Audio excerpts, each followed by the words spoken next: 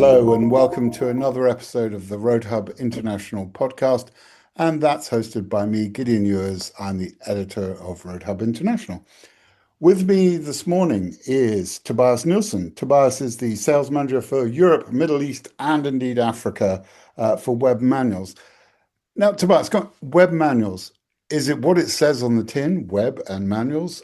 Talk me through, explain to me and the listeners what you do at Web Manuals. Thank you, Gideon. I will do that. And first off, just thank you for having me on this podcast. It's great to be here.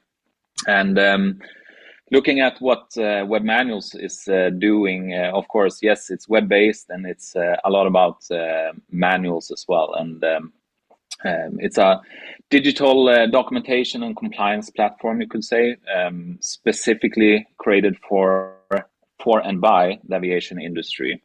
So we make it fast, simple for operators to everything from creating, updating, distributing all of the operational manuals and other documentation, all in one place.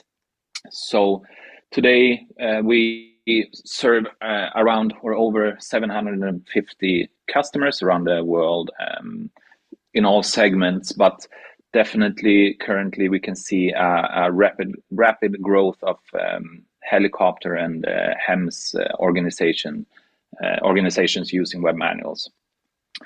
So, in short, it's instant access up to the latest documentation through the Reader app, online and offline, and then, of course, the people behind the scenes, so to say, where you work with the regulations, tracking, linking.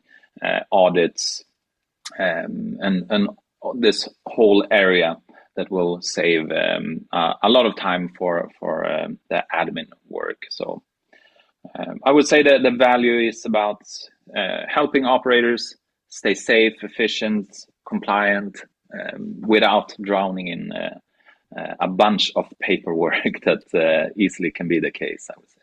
Sure. I mean, it is one of those things because, the vast bulk, I mean, of course, there are the big operators like Avincius, Bristow and CHC, PHI and all the rest.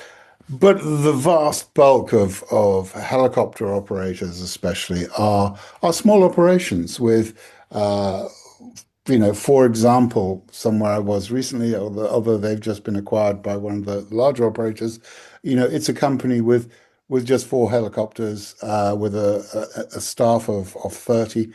And, they have quite a lot of things to do. They have to, run their business, maintain their aircraft, carry out their operation, expand their business, all those things, and remain compliant. And it's that weight of compliance that is always the challenge. I mean, and a worry, I have to say. I mean, in a former life, I was managing an aircraft as well as flying it for a guy, and my biggest headache was making sure that we're staying compliant. Yeah. No, and of course, having a smaller operation, it doesn't give you the luxury of a compliance department with a full team working on the compliance and documentation. So I would say that small organizations usually see even more value with using a system like Web Manuals, because they face the same amount of regulatory requirements as the bigger operators. And I think that's where we can really be a game changer. So instead of spending hours and hours and hours on formatting documents, looking through all the changed regulations, then you can just manage everything in one place. So, writing, updating procedures, publishing them, it's a lot of work. And often you would see these admins also being pilots themselves, giving them even less time to actually spend on staying compliant. But at the same time, they're not able to fly if they're not compliant. So it's it's like it's a vicious cycle, isn't it? That whole thing. Yes. If you're not compliant, you can't fly, the world will end, and all this sort of thing. And it exactly. is that challenge and that balance that these guys have, isn't it? Yeah, it is, and we've seen it more than once, I would say, where CEOs as well, they're flying, but they're also managing the documentation. So spending hours on things that doesn't provide actual value doesn't really make sense. So I would say actually that looking at digitizing your documentation, but also other areas, of course, has for a long time been a nice to have thing, but more and more it becomes a necessity because the regulatory pressure increases, the complexity increases. So it's just getting to be more and more work for the smaller operators. I mean, for sure. I mean, there are, regulators, I should say. Mm, EASA very talking a lot about simplifying things, but it doesn't seem to happen, at all. yeah. The weight of regulation, and I think one of the arguments that certainly a lot of colleagues within the rotary space make is that sometimes regulators think everybody is an SAS or a Lufthansa or Air France or whatever, and Mm, regulate like that, and rather than the type of operations they actually are.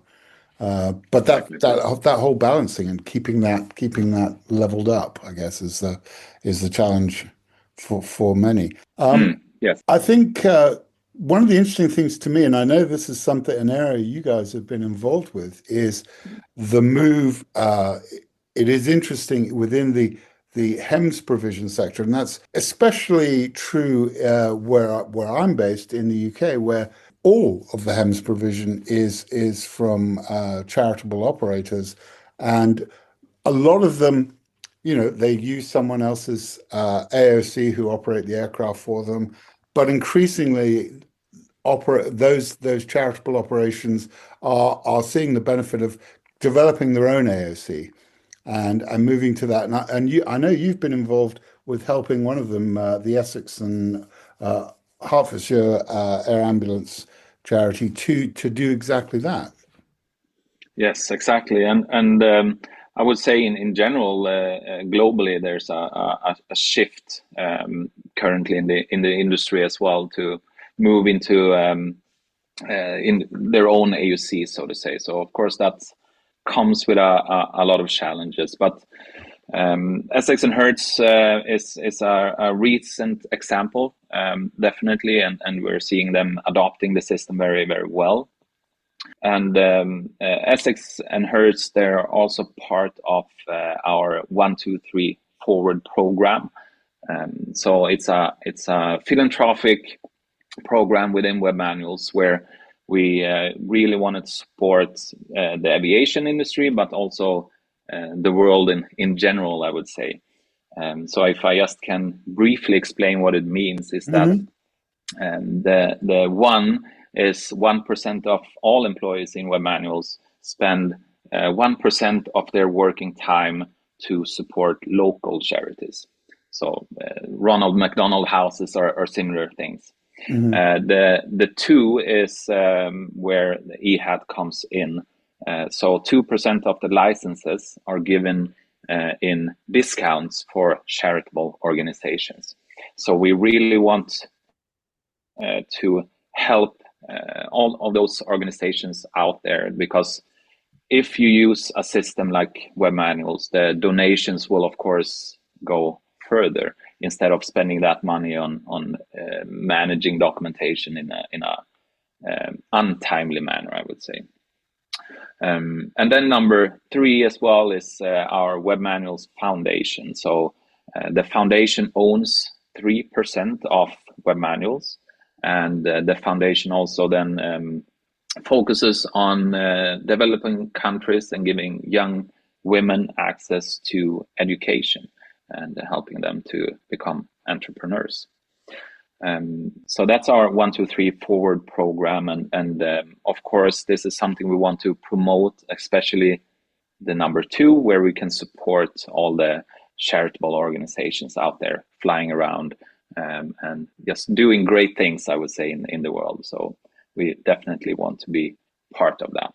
Let's just circle into three there, and the program to develop those opportunities for underserved things in certain parts of the world where women don't have the opportunities that Mm. they enjoy, in our part of the world, uh, to develop as entrepreneurs or engineers or doctors or whatever it happens to be. Let's just explore that a little bit more if we can. Yes, of course, of course. And so the focus of this foundation has been on Uganda for the last couple of years, where we are a part of building schools, but also working with individuals to help them set up their own businesses. So it can be anything from a chicken farm or creating things with your hands to sell and so on. So we give them or help them to get their education, but then we also continue to support them with knowledge and with resources if needed as well. So it's a great project to be part of. I would say it gives us more of a purpose as well in web manuals, because it's bigger than documentation in the world. Yeah. So everything we can do to support, we're happy to do that. Yeah, and it's one of those concepts, I guess, as well, that's so easy to forget when we think about, you know, uh, we've got to do this task now or move on to the next task, and sometimes it's Mm, easier to forget that wider social responsibility issue that mm. that we all have, I guess. But it's easier to file it in things I'll worry about another day. Um, just one more thing, I know we touched on a little bit more, and I confess I'm a little bit of a Luddite when it comes to it, is the concept of AI and the use of AI in our everyday lives or our working lives or whatever. Um, Mm. it's a constant source of debate in our office, I'll have to say that. But let's just explore a little bit there with the use of AI in document management or compliance management. Yeah, yeah, definitely. And I think when talking about I think that the first thing to mention is that it will not replace the people using AI today or writing the documents today. That I don't think that will ever happen. But at the same time, it's becoming a bigger part of aviation, enabler, I would say. Um, and it helps you today to just have exactly the information you need at your fingertips. So instead of finding documents when you're in a critical situation, and as these operators within the HEMS industry, for example, they're very dynamic operations. It's very, you have to be on your feet, so to say, spending time looking through documentation and finding the correct procedures can cost lives sometimes. So just being able to have everything at your fingertips, that's what one part of what AI helps or can help you with. But also in the background to create the documents or just staying compliant and managing this whole monster of documentation in the background. AI can be a big support as well. So just just helping you with content or rephrasing things and making sure that it's correct, cross-reading and translating and all of these things that AI can support you with is of course making everything a lot safer today, and still allows you to be in full control, of course, because you control the AI, not the other way around, Yeah, yeah, fortunately. yeah. But I mean, just to delve a little deeper into that and talking about the Mm, cross-referencing and how, you may have divergent. Sometimes you have let's face it, with certain regulations, you'll have uh, regulation. This one says that, and that one mm, says this, and somehow they're actually a little bit contradictory. Mm. Working through that, I guess, conundrum is an advantage there, maybe. Yeah, I would say so, and because the AI can of course rewrite things as well to a more understandable language sometimes as well to really get the full point out of the different paragraphs, which can be a bit unclear sometimes if you're not an expert on exactly what you're reading. So definitely it can be a big help, but of course humans always need to be the last judge here before sending it out to the world as well. I like the idea of that humans remaining the final say so before we do that. We've had failings, but maybe that's because as I say, a little bit of a Luddite about it.